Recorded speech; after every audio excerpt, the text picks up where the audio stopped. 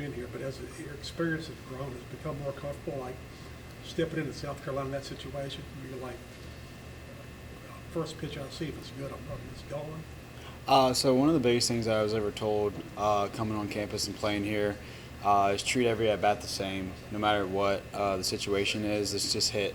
Because if you let the situation get bigger than your plan, that's kind of where you lose yourself a little bit.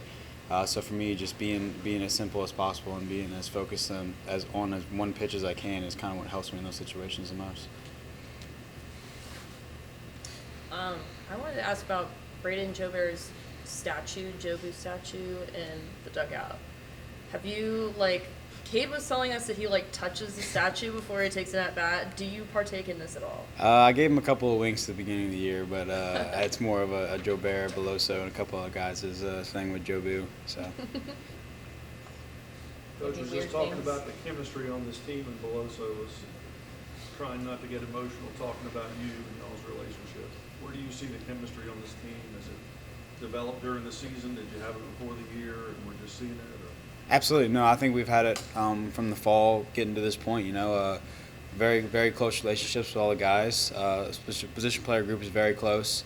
I know the pitchers are close to each other as well. It's hard to kind of get us all together because all the stuff that we do separately. But as a team, we're pretty true with each other. We know how to handle each other. We know how to talk to each other when things are bad and when things are good. So we have a good system, and we're going to keep rolling with it.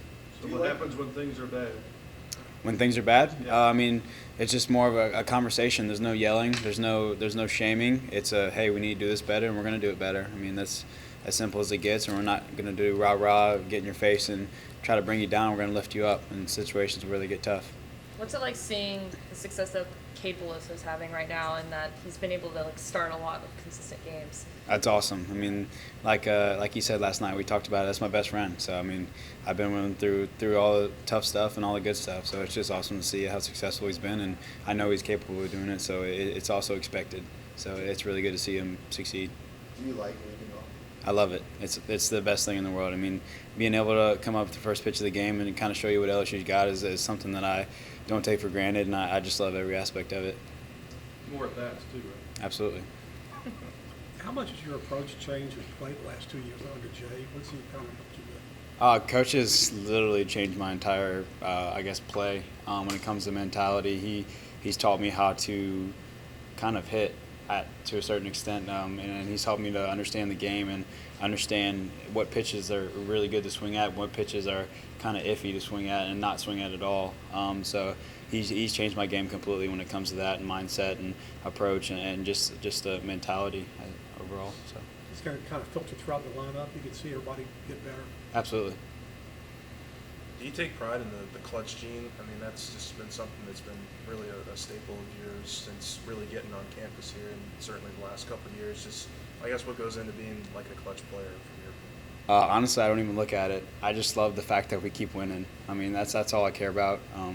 And any way that I contribute is what I try to do. At the end of the day, it's awesome to be able to succeed in those moments for your team. But I'm just glad there's a W at the end of the game. So if it didn't go past this room, what advice would you give Kentucky hitters against me? Have fun. Do you have any weird rituals that you do when you play? Just try to keep it as simple as possible. Stay relaxed and be ready for the game.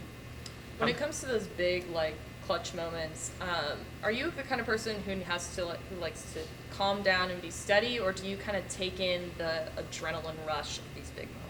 My heart rate gets up a little bit before games. So I'm more of a calm down myself guy. I have to kind of relax a little bit just because I get so hyped up. And I thought it would kind of get better as the years go along, but it never has. So I just kind of dealt with it and just tried to relax myself before every game. So. Concerning you and Cade's relationship, how much did last weekend mean to y'all come up clutch and win the game? I thought that was pretty cool. I didn't really realize it till the end of the game, but obviously I was able to hit the homer, and then he got the go-ahead run. So that was pretty cool to see. And we're roommates on the road too, so we got back in the hotel and kind of looked at each other and gave each other a hug. Just kind of reminisced for a second and enjoyed that moment. So it's pretty cool. It's something we'll be able to talk about to our kids one day, and said that we did that together. But it was awesome. Kind of like the old guys got it done.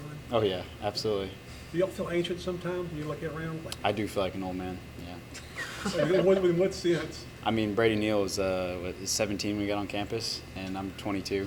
So I mean, it's kind of nuts to think about that, but just little things like that. You kind of pass by, and hear some guys say some stuff. Like some guy was a freshman whenever I was a freshman in college. So I mean, it's just weird. So, but I mean, it's awesome too. Just the experience I can help and pass along to these guys. So. Did they teach you about that?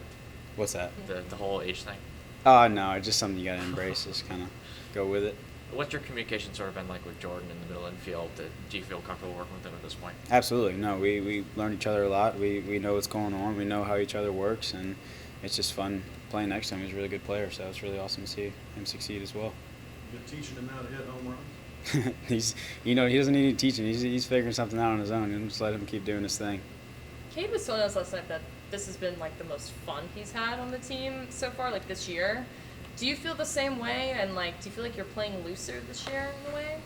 I would say from my personal perspective, I have been playing a lot looser just because the health aspect. But at the end of the day, we have been having a lot of fun this year. I mean, we have fun every year, but this year has been really fun as well. So it's just been awesome to be a part of this team. What like contributes to that? Is it just like the people that you're surrounded by, or is it just kind of the hype that you have with being the #1 team in the country right now? Not necessarily hype. I think the team is really good at mastering their preparation and their stuff before weekend series at practices and stuff, and we really know how to have fun as well as get our work done. So just being around a team like that is pretty awesome, and it's very relaxing as well as like we know what we have to do to get ready to go. So it's a good vibe that we have going. Are you still taking fly balls at all in practice or anything like that? I have not taken fly ball in a while. Right. So you're just pretty much strictly second base at this point? Correct. You talk about playing a team that's small ball. Coach says they're one of the best bunny teams in the country. Have a lot of walks, hit batters, kind of whatever it takes. As an infielder, what is playing a small ball team like? Just take the outs when they give them to you. Be really strict with the baseball. Don't make any errant throws and stuff like that. Just be conservative in that aspect and play low and have fun and then field. I mean, can't really change how we play. We just got to field the ball when it's hit to us and throw it to the first baseman. In terms of communication, who's sort of like the communicative leader on defense in that infield? We all do a pretty good job.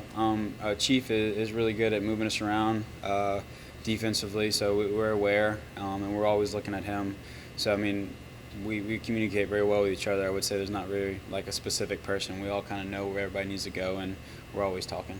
I know you're focused in games, but there are times when Skene's pitching, he does something, you go, God, I'm so fast. Every day, every pitch, literally. He's amazing. So it's just awesome to see. You're just out there more. Wow. Yeah. I'm glad I don't have to face him anymore. How is like the pitch comm? I know that you don't work directly with it, but I know that a lot of the middle infield has felt like, you know, being in a rhythm is advantageous. So what would you say is the biggest impact that the pitch comm has had on the middle infield? Biggest thing I would say is the pace of play, keeping us locked in on every pitch. I mean, the way that we relay pitches, every pitch is pretty helpful for us. So it keeps us moving, keeps us aware. There's never like a lull in the game, so I love it. It just keeps us focused. We don't really have time to think about anything else other than what's the next pitch and then get ready to go. So it's pretty simple and easy. Do you like second compared to playing in the outfield? Honestly, wherever they put me, I enjoy. Second is pretty fun. There's a lot of action out there. But at the end of the day, wherever I go, it doesn't really matter. Thank you. Good. Thanks, Gavin. Thanks, guys. Thanks, Gavin.